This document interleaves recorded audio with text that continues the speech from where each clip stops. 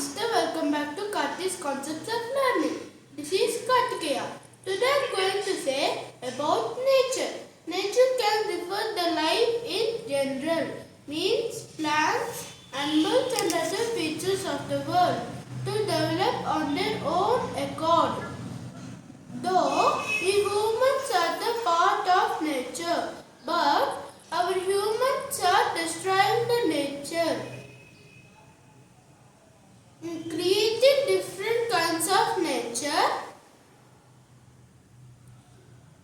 creating different kinds of pollution in the name of development, which results is affecting the lives of many species on earth. So friends, let's unite to protect our nature and keep the face of nature with a smile. Thank you.